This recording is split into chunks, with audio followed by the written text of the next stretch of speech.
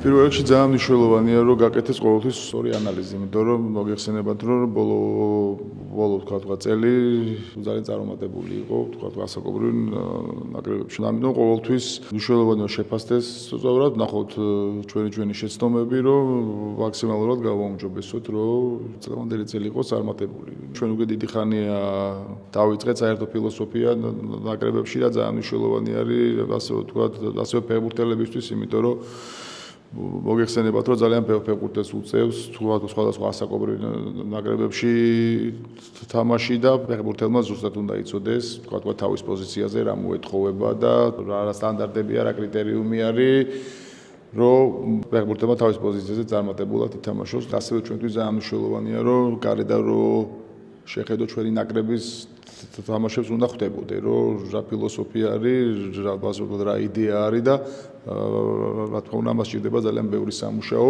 ძალიან მნიშვნელოვანი შეხვედრა იყო ჩვენთვის. დღეს მე წარმოვადგინე პრეზენტაცია ჩვენი განვლილი წლების, რომელიც მოიცავდა 21-დან 25-მდე პერიოდს. იმას თუ რას ვაკეთებდით, რატომ ვაკეთებდით, რა ქონდა ნაკლოვანებები, რის გამოსწორება შეიძლება, ასევე ძალიან ბევრი იყო დადებითი ამ წლებში ორი ევროპის ჩემპიონატი ვითამაშეთ და რა თქმა უნდა, ამ ყველაფრის გაზიარება იყო აუცილებელი.